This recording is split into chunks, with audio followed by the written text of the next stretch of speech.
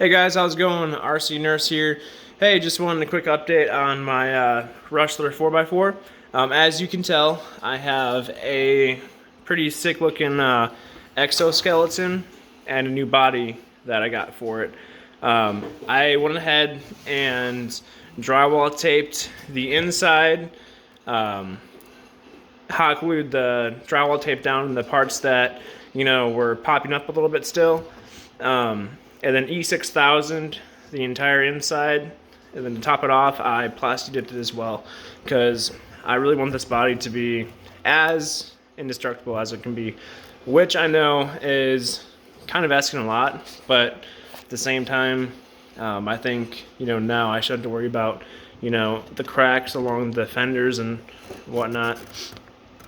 I wasn't sure what material this would be once I ordered it, but it seems like kind of like a 3D printed plastic, but there's 2 screws here and then 2 screws here that secure it to the body, and it works with the included, I guess, inner skeleton, and it comes with like little spacers to help like space it out a little bit.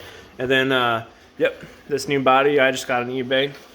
It's got some pigs on it. I wasn't really looking for a certain style, just something cool, you know, or I guess unique, but I think my Rustler build is finally complete.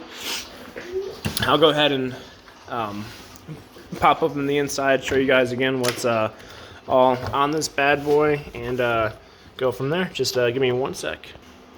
Alright, there we go. So here is the finished product right here. So, I mean, this probably weighs a pound, no, probably about a pound with all this stuff on it. But here is the inside, and you can tell it's pretty layered. So there it is. I think it looks pretty cool. Alright, and then just to recap, have a Hobbywing Max 10 ESC with the 3660 3200, yes, 3200 kV motor right here. Also have a new battery tray. This one kind of pops through the bottom, but it uses the Velcro instead, so it's a lot easier running different kinds of batteries. Have the Traxxas heavy duty axles on all 4 corners. The Traxxas heavy duty arms all the way around. Hot Racing sway bars front and rear. Traxxas chassis support bar. Have the Proline MX 28s right there. RPM rod ends on going all the way around. I have aluminum hub carriers and steering knuckles, and then aluminum hub carriers in the back as well.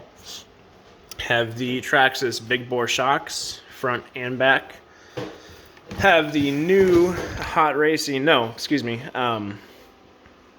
GPM aluminum diff housing front and rear. And then T-Bones Racing wheelie bar that kind of works with the stock support system for the wheelie bar. And I have a Hot Racing aluminum servo saver system on the inside, kind of hard to see, and then a JX servo as well. I think that's about it.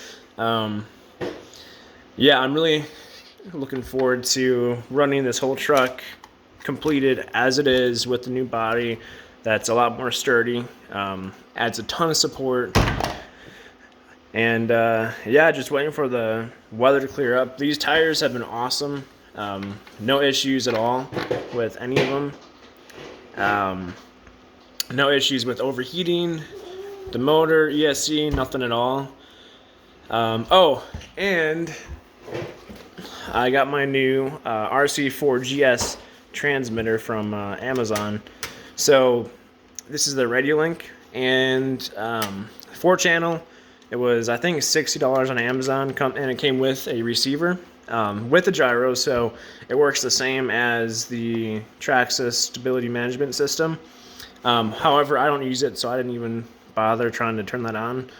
But super easy install. It was already bound to the transmitter, so all I had to do was put it in and hook it up and turn it on. Really nice, really nice transmitter. It's really cool too because you can set your servo endpoints. So let's just say, you know, you're turning right and your wheels stop at a certain part, you know, where it can't turn anymore right, but your servo is still trying to turn right. So you can set your endpoints to where you turn all the way right on your transmitter, and it'll go as far as it can on your servo, but then it'll stop. It won't try to force your steering into, you know, turning more when it really can't. Well, that's really cool. There's a whole bunch of settings in here. It also has an option to run a 2 or 3 cell LiPo, which I'm going to choose to do just because it's cheaper and it's going to last a lot longer than 6 AA's. And it uses a JST plug that you just plug right in there. And that's it. This is fully charged, so I'll see how long it lasts for.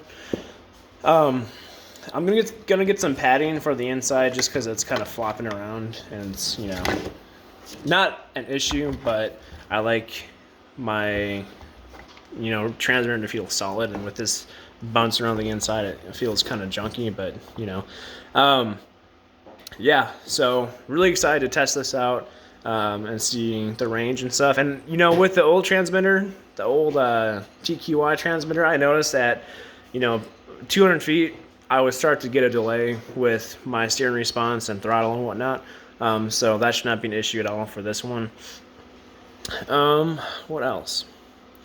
Yeah, I'm hoping within the next week and a half, 2 weeks, I can get some awesome bashing videos. Just gotta wait for the snow to melt and the ground to get, you know, a little dry, because not about to run this in the water. I know it's resistant to water, but I just don't like the cleanup. So yep, just keep watching the channel. I know it's a little frustrating, probably not seeing cool videos all the time, but I do work full time as well, and I got other projects going on. Like, I got a 2-wheel drive Traxxas kit that I will be assembling with a Sidewinder 4 ESC and a Castle motor. I think it's like a 4200 kV. I have the low CG chassis that's going to go on there. Got some awesome Proline tires ready to go. I'll bind this to that transmitter as well. The nice thing about the, you know, the aftermarket transmitters, I know there's I think like the Skyfly GT5 or something like that. That's cheap too. But the nice thing about this radio and that radio is the receivers are cheap. It's like $10, $15 for just the receiver, you know. So, yep. So some things to look forward to. All right, guys. See you later.